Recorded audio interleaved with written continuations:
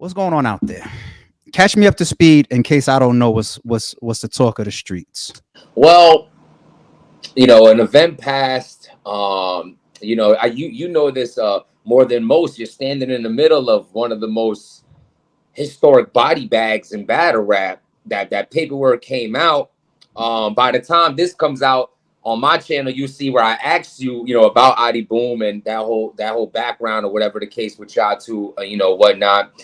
And Tay Rock tried to pull a big K, and for how it looked in the beginning, it looked like it really went over just like that. You know what I mean? Tay Rock basically pulled out paperwork on Kyd Slade saying that he cooperated in court with identifying people that was involved in a crime that his brother was involved in. An assault that was done to his brother. He cooperated in the terms of, yes, I was there, yes, he was there, kind of thing. I don't want to get into full, everyone's breaking it down fully, but the way it looked was, you got locked up. They called you out your cell. They asked you about this case, and in some form of fashion, whatever you said, let's simplify this before everybody goes crazy, because they might have read into the extras more than I have. Let's put it this way: he was locked up, got called to court, and he did something other than say nothing. Is that fair? He did something other than saying nothing. So it's been going on for the last week. He's been getting basically crucified by everybody. Everybody's taking a stand. They're not going to battle him. They want him out of here. This is streets. Who's taking a stand? I've seen, personally, I've seen A-Verb. I've seen Calico. I've seen Easy to Block. I'm taking a stand right now. I've seen... those are some heavyweights. Oh, that's what I'm saying. They pulling those strings. Geechee got it. And they're saying all this publicly. All publicly. This is in the spaces. You know what I mean? When I'm doing the cardio, I can't listen to music. I listen to a space during that to space me out, to whatever the case. So I listen to. I heard Spaces is dead. I heard it's over. I mean, it's dead in a sense that I can understand. It's dead when who's actually going into it through Twitter. No. Meaning that I heard that the nigga shut the shit down. No, it's still active. Oh, okay. All right. Go ahead. That's on you. And this is what's being spoken about every day. But what happens is certain media, I would call them media because I can't call you a blogger. If you have more screen records of audios on your page than your actual face speaking, you are not a blogger. You're I guess we'll call you media, right? Media updates you on what's going on. Yeah, you're media. You should have never even showed your face if that was the case. Just be this guy.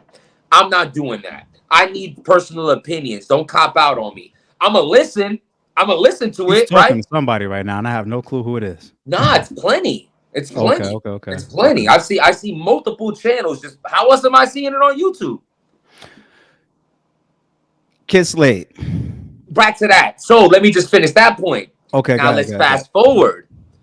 Piper Boy decides to get this guy who's involved in the whole telling Tay Rock everything about Kyd Slade on an interview, and basically, long story short, Slade's boy, the guy who said Slade ratted, Piper Boy got him on the channel to question about the details of the Slade. I seen that was out. I didn't watch the whole thing, but I know what you're talking about. Right. So, and basically, that is what's turning a lot of heads. Like, hold on.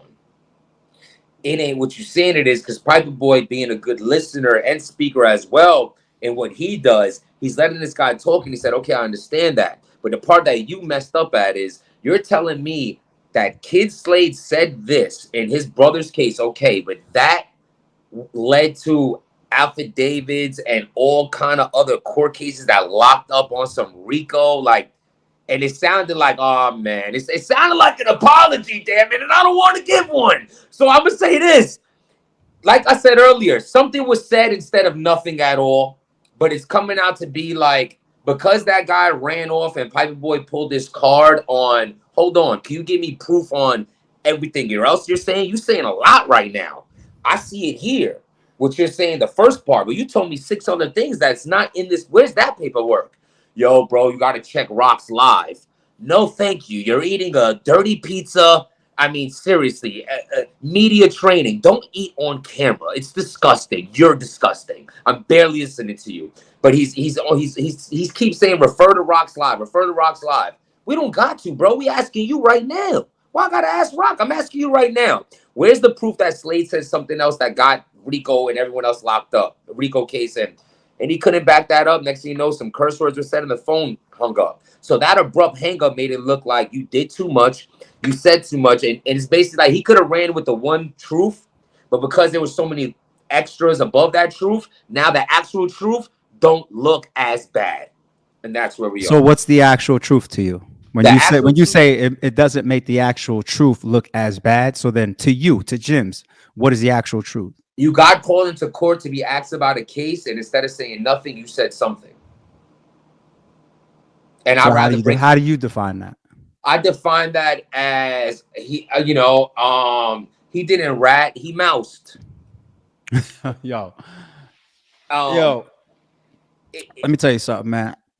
I'm very aware that there's a lot of talk over the situation, and the Adi born the big K shit. So I definitely hear all the buzz. You know what I'm saying? I'm not one of these guys that acts like he don't know nothing. You know what I'm saying? Like I know what's going on. I may have not have watched all the videos or the interviews. I heard that there was a caffeine one. I didn't see that with my own eyes. Didn't hear with my own ears.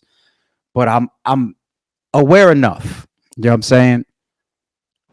It's so ironic because I just did I think it's up to like part 5, but like I recorded 6 parts of like stop snitching, and this was even before the Slade and Rock battle, right? I recorded that shit when the Ti shit happened with his recent interview. So I thought it was a cool topic, and then I said I just wanted to get off my chest my definition of a snitch and my definition of all these other things that people call snitches. For example, civil duty, um, tattletelling, civilians that tell, et cetera, et cetera, et cetera. Breaking the code. You know what I'm saying? I don't think that one's out yet, but it'll probably be out by now. I give an example of somebody breaking the code like Whack 100. Whack 100 is supposedly a street guy. You know, he's got gang affiliated background. But then when he started rocking with 6ix9ine, that's when everybody looked at him and said, what the fuck is you doing? You're breaking the right, code. Did he right. go tell any type of authority figure of some illegal or criminal activity that whether he was involved or not? No. So he wasn't snitching, but he's breaking the code. So I'm separating all these different categories, right? But in part one thing that I did, and this is my opinion, you know what I'm saying? And I have enough background and experience in these situations where I can have an opinion. You know how they say about like in basketball? I know you don't really, you're more of a handball guy, but they I'll say in smoke you. basketball, like, or even in the streets, you don't really give yourself your own nickname. You know what I'm saying? They be thinking Yeah, that's yeah, cool. You know what I'm saying? Like the street's supposed to give you your name. You know yeah, what I'm saying? yeah. I feel like it's the same fucking shit. It's the same shit. Now, fast forward when you start talking about the experience that put you in the position and the wisdom to know what a real snitch is and give somebody like me a valid opinion. I took out the gray. To me, a snitch is black and white. Once you start saying, "Oh, they was fucking 6ix9ine BM," so it don't like. Once you do Right, that, or once you try to say like, "Oh, but that's my sister," or once you try to do all of that, you have right. what I call snitch tendencies. That means that you're willing to bend the rules or the code based on these small variables and circumstances. So I said, and you're shaking your head, yes, right? Because I'm thinking he went to not say, he wasn't supposed to say nothing, but he said something, black So and white. that's why. So you're agreeing with what I'm saying. Which So what you're saying is that you believe it's yes or no, snitch or not, yes or no. I believe the definition of a snitch is black and white, right? Based But on the and did I'm he going to ask define for your that? definition of a snitch. So I ask In you, your and then opinion, did he you define say that? he didn't. You say somebody didn't snitch, they moused. So you're playing gray. You're playing middle. Jim, you have to say yes or no. Yes. Okay. All right. You have to say yes or no. I don't have to. This is my shit. I mean, you could No, cop no, no. I was out. just joking. I was just joking. I was just joking. I was just joking. I was just joking. What happened? Um, So, do you believe yes or no? In take the gray out. Yes or no? yeah. Did he? That is the definition of telling. And I hate saying the word in homie's name in the same sentence like that because I don't know him and it is disrespectful. So I don't want to be up here disrespecting anybody, but that is still the definition of telling. So here's something. Now I'm not even talking about homie. You know what I'm saying? In general, here's something that you hear a lot. and I thought I was hearing you say this in some of your explanation. You hear when people say, I didn't put anybody in jail, right? My own opinion. I always thought that was a very weird statement by anybody. For example, if I walk into the precinct right now, your local precinct, in Staten Island, my local one's the 120. I'm gonna say 120. I walk into the 120 right now. I walk up to the fucking clerk or to the desk and I say, let me tell you something, like ma'am or sir, Timmy on corner XYZ got packs out from fucking sun up till sundown. He's moving a mile a minute. Last month he shot a nigga. You know what I'm saying? Like that shit. And by the way, his partner, Jamie, be on the same type shit. He just burglarized a couple cribs. You know what I'm saying? Yeah. I go in there, I tell the cops all this shit, and then I walk out. Mm-hmm. They don't use my testimony. They don't use my information. Nobody gets locked up behind it. Am I not a snitch because nobody got arrested or put in jail for my information? Or do I walk out the 120 and everybody from the street, they see me walking out the 120. I tell them, yeah, I just gave them mad information. And y'all say, but you're not a snitch because nobody's in jail. No, you're a fucking rat because I get, you know what I'm saying? Yeah. So is that's like something that I think I put that in my shit that I pre-recorded before any of this. But I felt that way about T.I. That's why I really brought it up. Okay. I'm not talking about homie right now. I don't know enough of that shit really.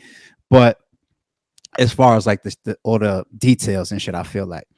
But the black and white, if you identify somebody in a criminal activity and you are of the street code as well, that is telling. Yes. Black and white. That's it.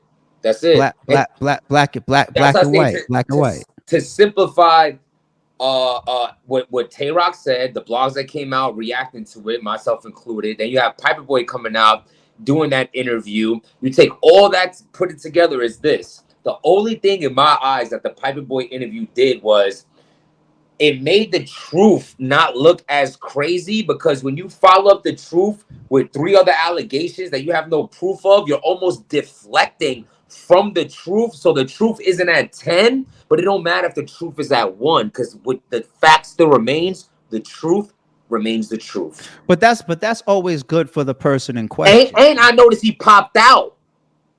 He popped out when that blog came out. He was kind of nice because I follow him. I fucks with him.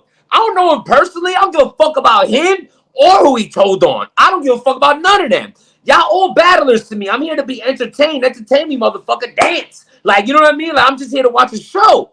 But at the end of the day, when it comes to that and we all have an opinion on it, I did view how he wasn't saying nothing. I said, this is good damage control.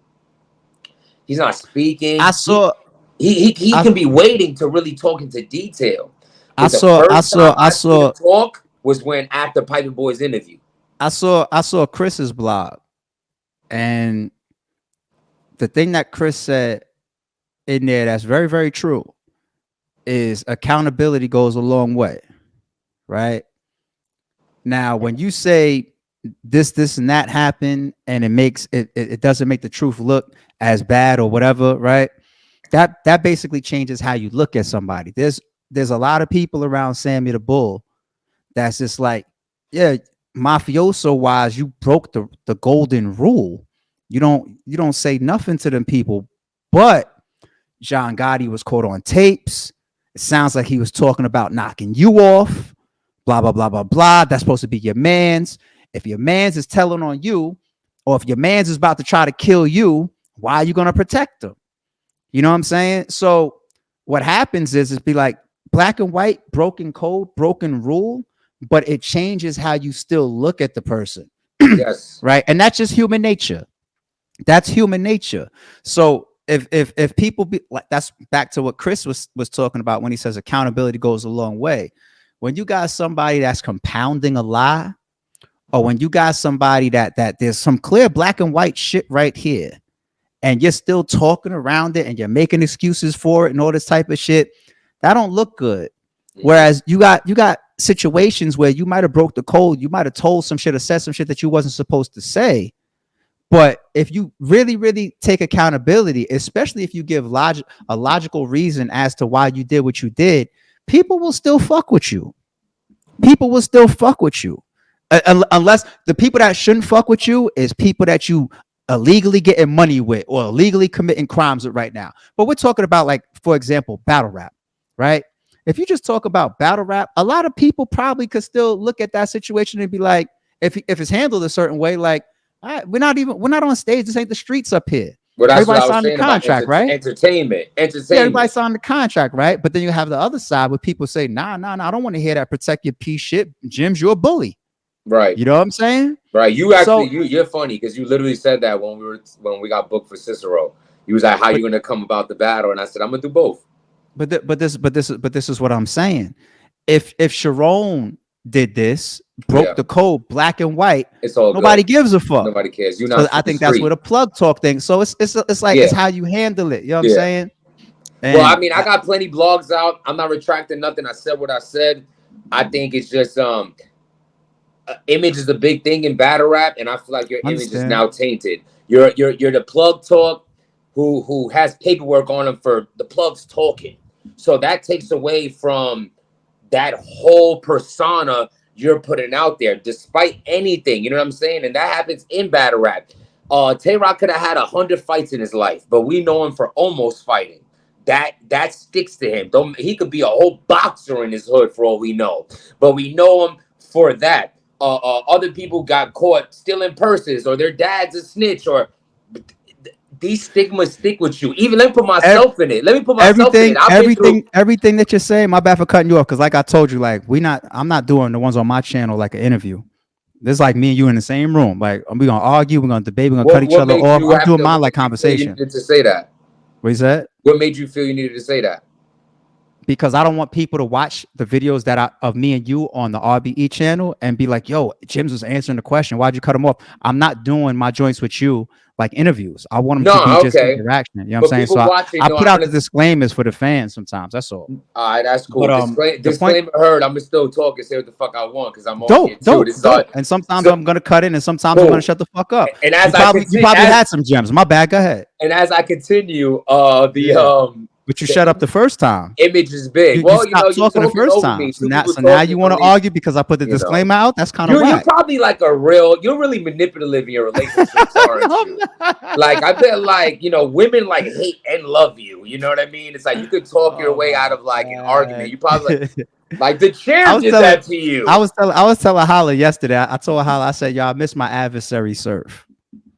You know what I'm saying? We was on phone yesterday. I told him, I said, like, if I ever had real adversaries in battle rap, there was real adversaries. People that we know we don't want to be in the same room together. We know we don't give two shits about each other, and we don't like each other.